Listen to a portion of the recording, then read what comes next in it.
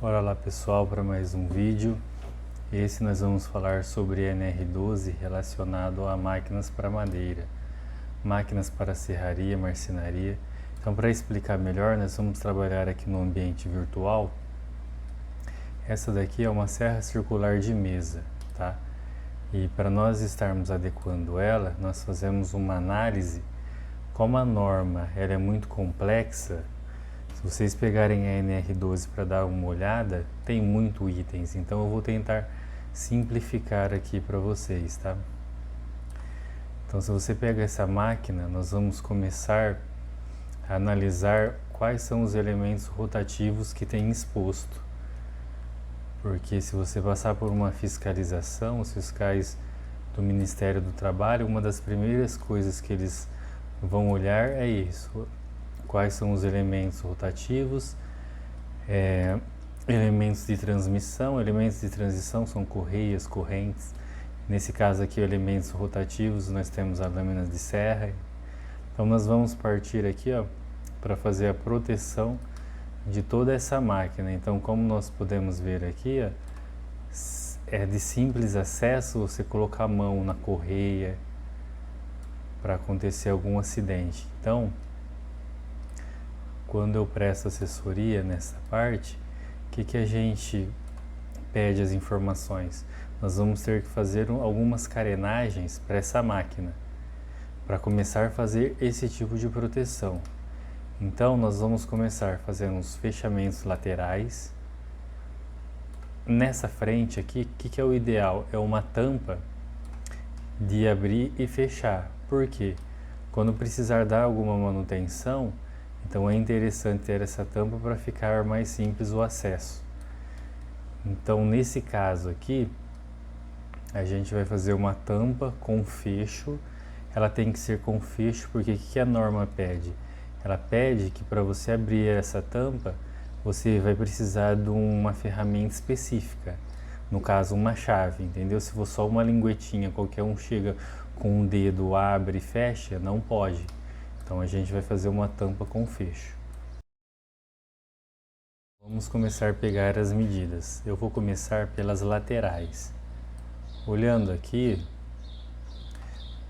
é uma face plana, não tem nada que está atrapalhando. Então, quais são as medidas que eu pego? Estou pegando aqui a largura.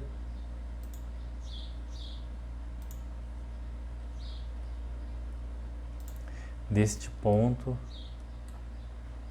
até este ponto. Tá? Tá aproximadamente 724 milímetros. Aí você anota essa medida de largura. Vamos pegar a altura. Então, nesse caso aqui, pode ficar aberto que não, através dessa fenda aqui, não conseguimos acessar o outro lado. Então, onde nós vamos fechar? Daqui até aqui, que ela me dá mais aproximadamente 319 milímetros. Então, com essas medidas aqui, eu vou fazer uma peça com aba para ela ficar mais reforçada. A peça lisa, ela tem a tendência em ficar mais desestruturada, ela fica mole. Então aqui eu tenho 36 de aba nessa peça aqui. Então eu vou fazer uma peça com 36 de aba também. Bom, então nós vamos iniciar a nossa peça com base nas medidas que nós pegamos. É bom saber isso daqui porque fica mais fácil para você elaborar um rascunho, por exemplo. Se você fosse pedir para eu fazer, desenvolver essa proteção, seriam essas medidas que eu estaria pedindo para fazer um rascunho dessa forma. Então a largura dela é 724 milímetros e a altura dessa peça é 319 milímetros. Então nós vamos fazer uma chapa.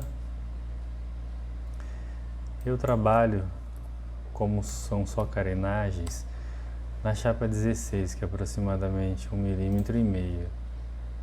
Como nós medimos que nós vamos fazer? Nós vamos fazer uma aba, para ela ficar mais estruturada, de 36 milímetros. Para ela apoiar naquelas abas já existentes.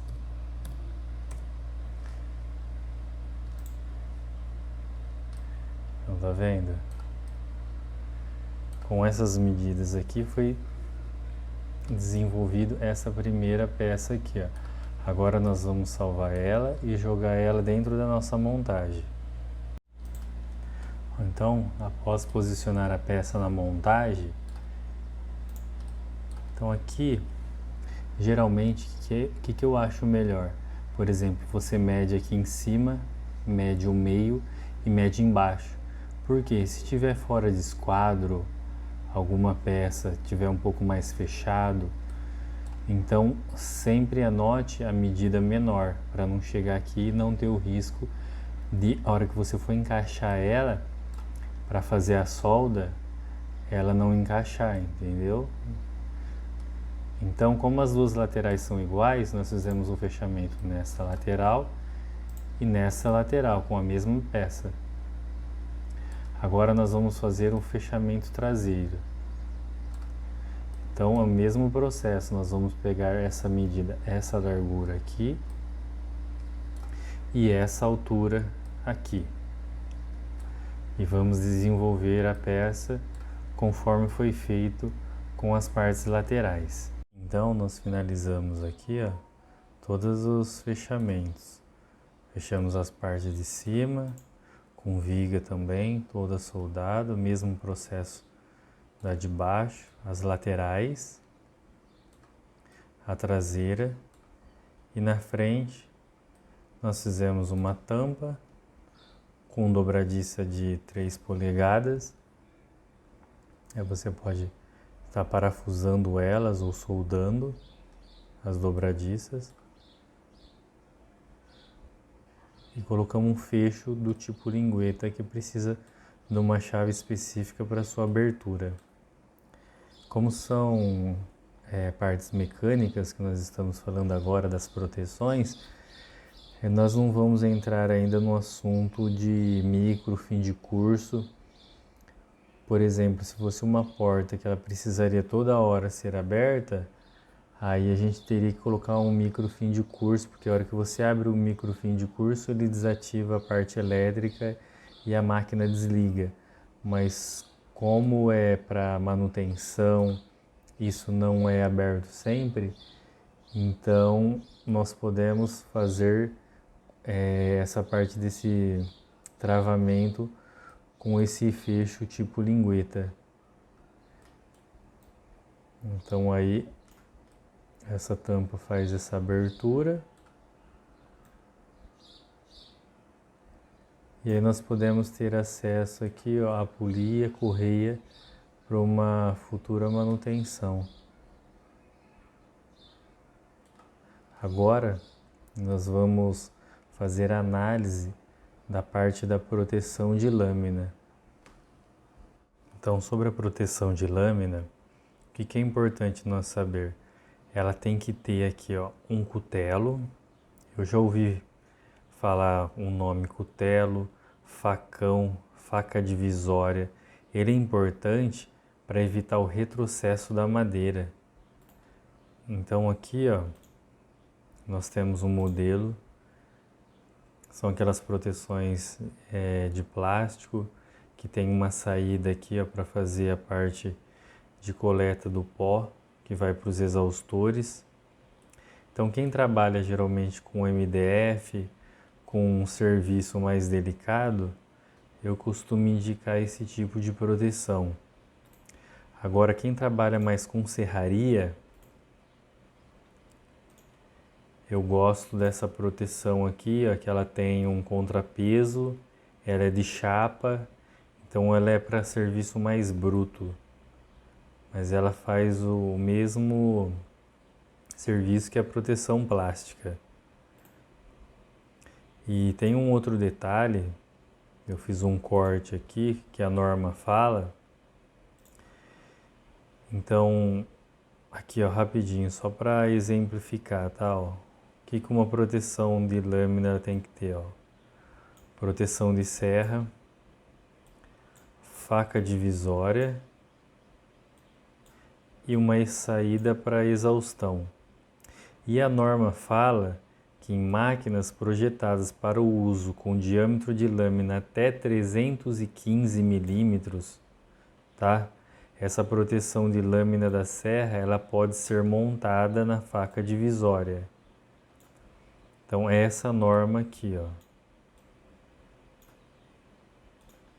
Então, como a gente mostrou o modelo 1 e o modelo 2, elas são fixas na faca divisória, porque está trabalhando com lâmina até 315 milímetros. Agora, se você estiver trabalhando com lâminas maiores que 315 milímetros, essa proteção já não pode ser fixa na faca divisória. Então ela tem que ser esse sistema aqui, ó, de proteção suspensa. Então que ela tem um braço, que esse braço é fixo no corpo da máquina. E essa proteção aqui, ó, geralmente ela vem com duas opções, com um acrílico bolha e com um acrílico reto. O bolha é para máquinas que executam corte em grau. Então, para quando faz a inclinação, para não pegar na lâmina, então tem que trabalhar com esse tipo de bolha aqui, ó.